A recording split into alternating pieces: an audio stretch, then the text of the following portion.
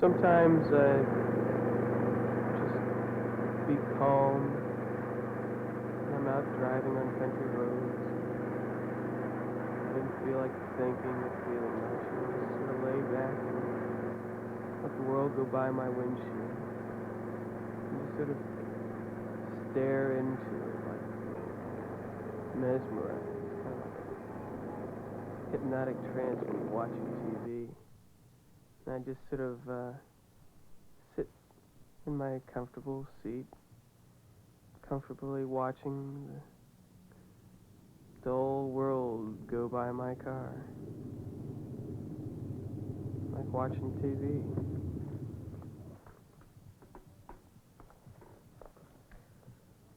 In a lot of ways, as well as an escape, it was a defiance of boundaries, defiance of a lot of rules. Cars are supposed to be kept clean. I washed my car like maybe once. I never waxed it in the like 3 or 4 years that I owned the car. It was always dirty. It was famous for being so dirty you couldn't see what color it was. Curbs, edges of streets were no boundary to me. I just drive right over them. Wherever I wanted to drive, I was there. I'd surprise people. Squeal around curves, go too fast, you know. Back up, park where I wasn't supposed to. I could treat it bad, and it would still run for me, you know. I'd hardly ever take care of it. I'd hardly ever maintain it like you were supposed to. The engine was always gritty and dirty. It sort of took care of itself.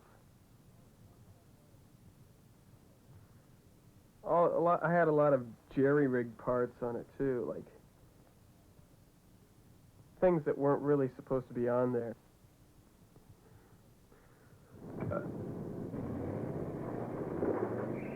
The only name that seemed to stick with the car was the Beast. It wasn't really much of a personal name, like somebody would name a car most of the time. It was more like an entity, or a beast, or animal, maybe, probably within me. A quality, you know, a beast in myself. Because a lot of times, especially when the muffler was broken off, there was just times that I could not hold that car down. I felt like a real race driver. I felt like I was in some kind of I was really romanticizing this kind of fantasy while it was happening. It was like I was driving in some kind of chase movie or something.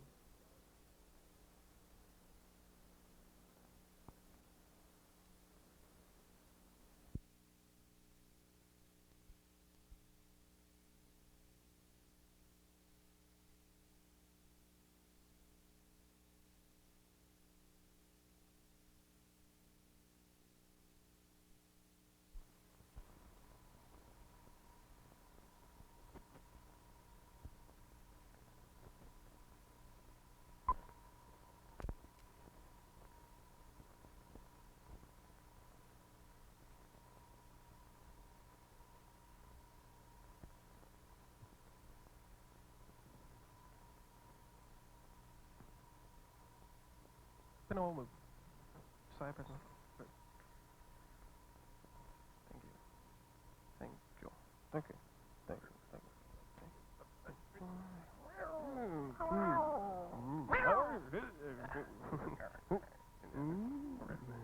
Yeah.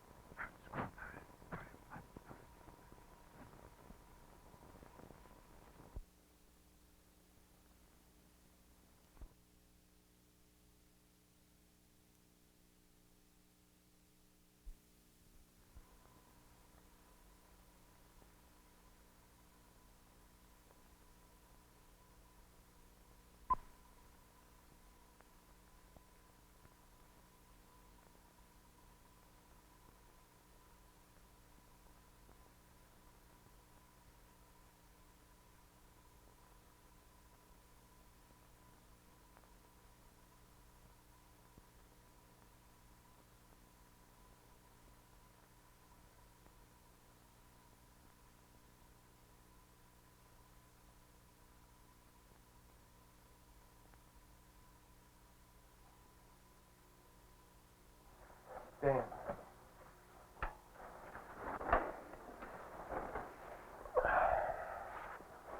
No. Andrew.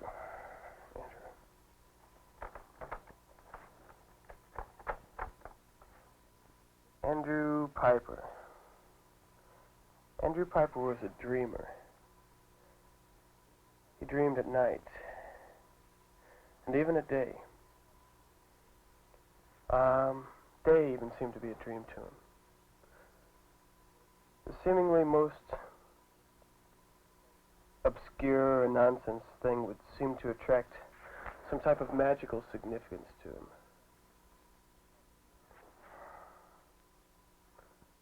He was always finding objects and situations that awed and mystified him. Though he never really understood what they meant.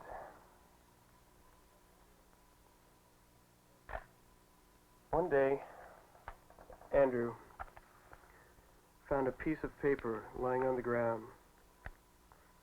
He picked it up and unraveled it, and it was, to him, some kind of jarbled mess. He didn't understand what it meant, but he felt that it had to be a message to him.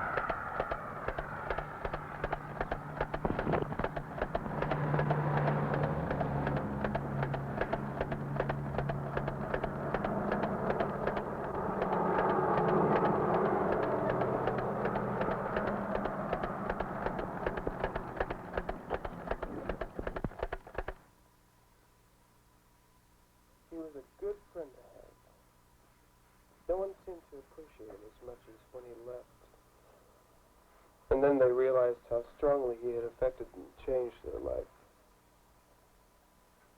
Positive energy was one of his favorite lines. Though he always was just passing through, he really played a big part in a lot of people's lives. Once he said, I have no real problems, my own. I'm always working on my friends' problems. They're my real problems. His pleasant, sincere smile was always hard to understand until you got to know him. It didn't seem real until you could believe it.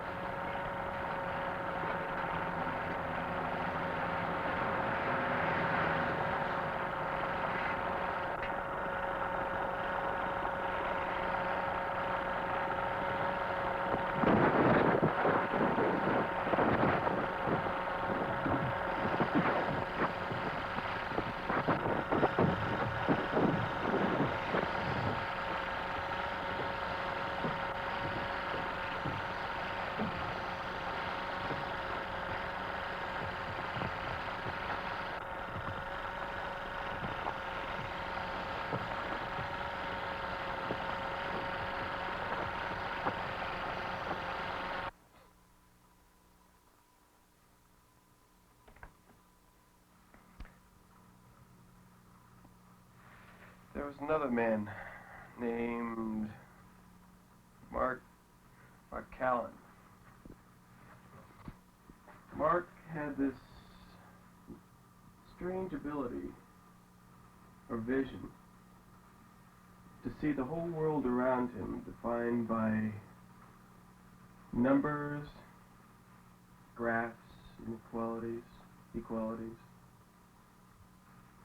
Everywhere that Mark looked, he could see everything defined and measured by numbers and by the Cartesian coordinate graph. The x-axis would pass through the center of his head, parallel to his eyes running on both sides of him. The y-axis would intersect that, running directly in front of and behind him. And the z-axis would pass from above him to directly below him, intersecting both of these. And using this, he could plot out the whole world around him by sets of coordinates and by calculations. Everything could be measured around him. The whole space was defined by numbers.